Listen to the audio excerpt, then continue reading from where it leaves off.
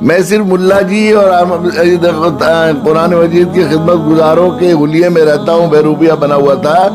تو جیل میں آپ جا کر لوگوں سے 20 مہینے پیارے بچوں، اس سے زیادہ اور کیا بات ہو سکتی ہے کہ میں بالکل قریب کا جو ہے اپنا تجربہ بتا رہا ہوں کہ لکھنؤ جیل اتنی بڑی جیل ہے، وہ بہت بڑی تعداد میں لوگ وہاں قیدی رہتے ہیں، اور بہت ہی خاص ایجنسی کے سارے جو ہے قیدی وہاں پر ہوتے ہیں، اور ہر طبقے کے لوگ ہیں وہاں پر. منسٹرز بہت سارے ہیں، آئی جی آفیسرز، پولیس کی الگ بیرک ہے، پولیس والے رہتے ہیں وہاں پر. منسٹرز ہیں 20، میرے خیال سے 10 سے زائد منسٹرز ہوں گے، بلکہ اور 15 نہ ہوں منسٹر. جو منسٹر رہ چکے ہیں وہ لوگ ہیں، بڑے بڑے آفیسرز ہیں، IAS آفیسرز ہیں وہاں پر ہیں، اور بڑے بڑے مذہبی پیشوا، ہندو مذہبی پیشوا بھی بہت سے ایسے ہیں جو کسی نہ کسی وجہ سے وہاں رہے ہیں، وہاں پر وہ رہے ہیں.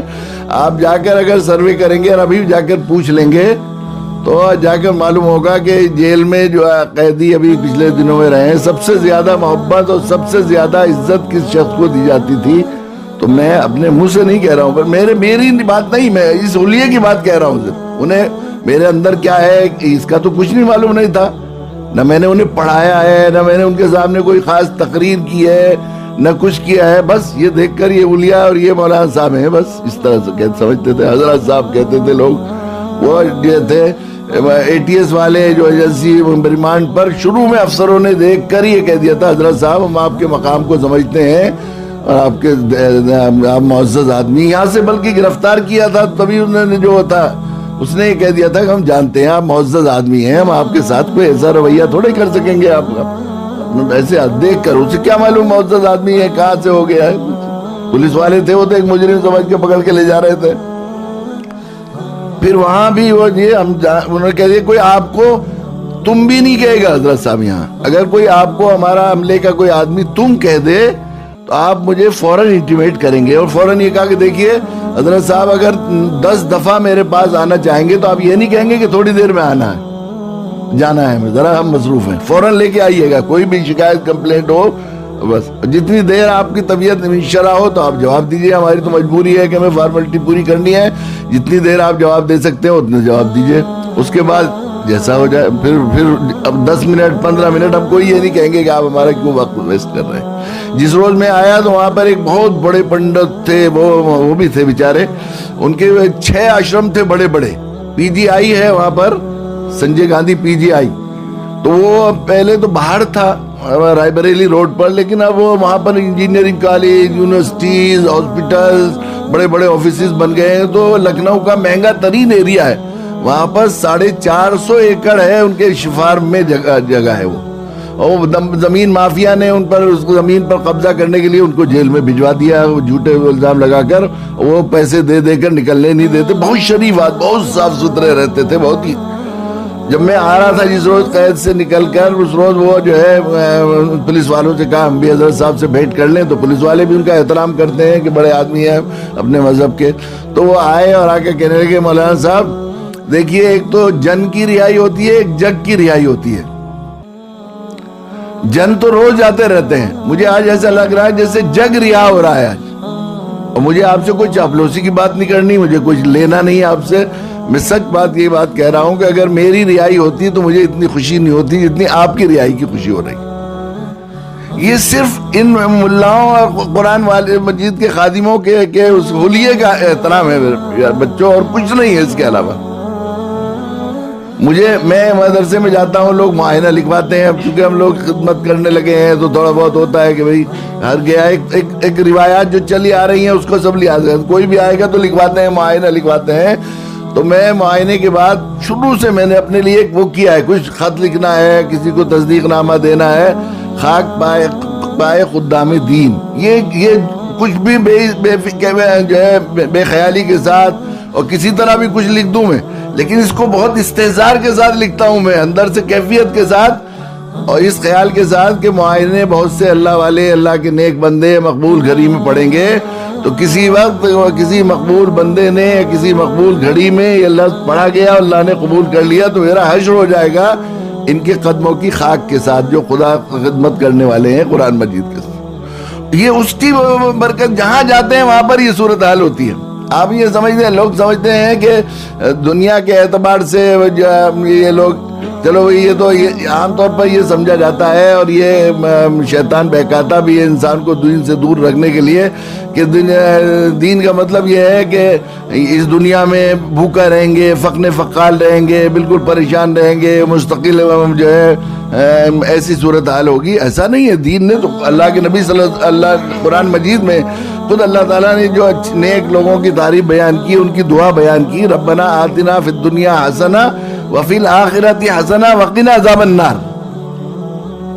اللہ ہماری دنیا بھی اچھی کیجئے، آخرت بھی اچھی، پہلے دنیا اچھی کیجئے، دنیا اچھی ہوگی آخرت اچھی ہوگی۔ جو لوگ آخرت کے لیے اور دین کو مقصد بنا کر اور قرآن کی خدمت گزاری کو دین سمجھ کر کرتے ہیں، ان کی پہلے دنیا اچھی ہونا ضروری اور لازمی ہے، یقینی ہے، بالکل ہوتی ہے، بالکل۔ ہم دیکھتے ہیں لوگ ترستے ہیں جن چیزوں کو، ہم ان سے جان بچاتے پھرتے ہیں۔ وہ بقول کسی ہمارے کرم فرماتے مولانا قاری امیر اللہ صاحب کہ دنیا کے لوگوں کو اس کی فکر رہتی ہے کہ کہاں سے کھائیں گے، اور ہم ملاؤں کو اور دین کے قرآن کی خدمت گزاروں کو یہ فکر ہوتی ہے کہ کہاں کہاں کھائیں گے، کہاں کہاں چھوڑیں گے، کس سے معذرت کریں گے، یہی رہتا ہے روز۔ ناشتے اس کا ہوتا ہے میرے، اگر میں کہہ رہا ہوں خاک پائے خدام دین بننے کی خواہش اور چاہت اور ارمان، اور اس کی دعا اور اس کی تمناؤں کی برکت ہے۔ برکت سے میں یہ بات کہتا ہوں کہ اگر ریکارڈ بنایا جاتا، شروع سے رکھا جاتا، تو شاید دنیا میں ایک Guinness book of world record میں میرا نام آ جاتا، ایک بندہ جس نے دسترخوان پر ناشتے اور کھانوں پر سب سے زیادہ وقت گزارا ہے۔ میری زندگی کا سب سے زیادہ وقت شاید کسی اور کا میرے برابر نہ گزرا ہو، اتنا دسترخوانوں پر، ادھر سے جاتے ہیں ادھر، ادھر سے جاتے ہیں ادھر سے۔ رزق بھی کہاں سے آتا ہے، کیسے کیسے لوگ وہ کرتے ہیں خدمت گزاری، اور خوش ہوتے ہیں، کھلا کر احسان مانتے ہیں اگر دسترخوان پر بیٹھ گئے تو۔ بعض دفعہ ایسا ہو جاتا ہے، ایک دفعہ میں سنا رہا تھا لطیفہ کہ میں رات صبح سے چلتا رہا شام کو، تو وہ وہاں جو ہے شام میں اتنا حال خراب ہو گیا ناشتہ نہ کرنے کی، طبیعت آدمی پیٹ کتنا ہوتا ہے کتنا، تو وہ ایک صاحب نے بہت سارا دسترخوان لگایا ہوا تھا، تو میں نے ایک کشمش توڑ کر تھوڑا سا کنارہ کھانا چاہا، تو وہ صاحب کہنے لگے نہیں حضرت کشمش تو بالکل صاف ہے، اس میں کچھ نہیں ہے، یہ بہت اچھی کشمش ہے، ابھی تازی ہے۔ میں نے کہا نہیں، اصل میں پوری کشمش نہیں کھانے کے حال میں نہیں ہوں، اس لیے اسے توڑ رہا ہوں۔ یہ صرف قرآن کی خدمت گزاروں کے قدموں میں رہنے کی حسرت کی برکت، تو خود جو قرآن کا کام کرنے والے ہوں گے، خدمت کرنے والے ہوں، کیسے ہوں گے؟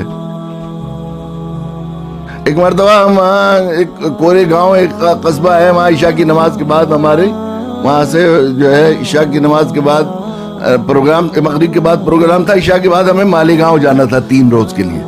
یہ طے ہو گیا تھا کہ ہم لینے آ جائیں گے، مالیگاؤں والوں نے کہا تھا کہ ہم لینے بھیج دیں گے۔ تو نماز کے بعد پہنچے تو بالکل ایک پجیرو گاڑی کھڑی ہوئی تھی، ایک لینڈ کروزر کھڑی ہوئی تھی، دونوں گاڑیاں کھڑی ہوئی تھی۔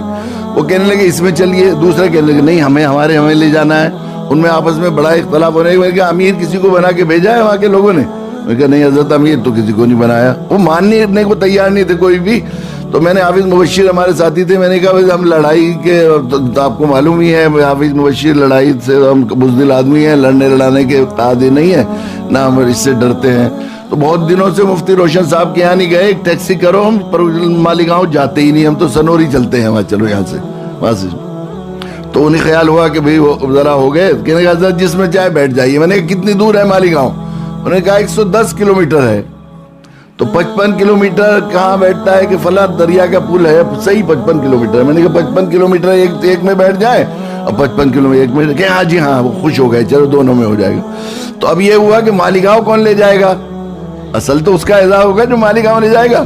تو میں نے کہا اس کے لیے قرعہ ڈالنے، تو قرعہ ڈال لیا۔ اب میں پہلی گاڑی میں بیٹھا تو انہوں نے بتانا شروع کیا، حضرت آپ کو لگ تو رہا ہوگا اچھا، مگر وہ مالک صاحب ڈرائیور تھے، ان کا بیٹا ساتھ میں تھا، وہ کہ وہ ہمارے حضرت ان کے ابا جی حاجی صاحب، انہوں نے 1 مہینہ 3 دن پہلے گاڑی نکلوائی تھی، اور خود بیٹھ کے نہیں آئے تھے، بلکہ ایک ڈرائیور کے ساتھ آئے تھے، اور کہا تھا کہ حضرت آنے والے ہیں، وہی بیٹھیں گے سب سے پہلے گاڑی میں۔ اسی طرح کھڑی ہوئی تھی ہے کہ اس کا افتتاح کریں گے آپ۔ پھر ہم آگے جب دوسرے والے گاڑی میں بیٹھے تو انہوں نے بتایا پجیرو کے بارے میں کہ 21 دن سے کھڑی ہوئی تھی گاڑی، نہیں بیٹھے نہیں تھے وہ۔ گاڑی جب آتی ہے تو کتنا چارم ہوتا ہے گھر والوں کو. ابھی چلتے ہیں کہیں گھومنے, نئی گاڑی آئی ہے, اور اتنی ایسی وی آئی پی گاڑیاں تھی, دونوں بیٹھی تھی, وہ انتظار میں بیٹھے ہوئے. تو کوئی ہمیں اپنی گاڑی میں بٹھا لے, کوئی ہمیں گاڑی میں بٹھا لے تو ہم اس کا احسان مانتے ہیں. عام طور پر لوگوں کا, زیادہ تر میکسیمم یہ دنیا کام کرنے والے اچھے اچھے لوگوں کا, خاصے لوگ, درمیانی درجے کے لوگ, کوئی گاڑی میں اپنی بٹھا لے تو احسان سمجھتے ہیں. اور یہ قرآن کے خدمت گزاروں کی خاک میں بننے کی خواہش کرنے والے کے ساتھ اللہ کے یہاں یہ اعزاز کہ لوگ 1 مہینہ 3 دن اور 21 دن تک نئی گاڑی کھڑی رکھیں کہ وہ سب سے پہلے وہ بیٹھیں گے. بلکہ لطیفہ یہاں تک بھی ہوا کہ ایک مولانا نے ایک گھر بنایا تھا, اسی میں ہمارا قیام تھا.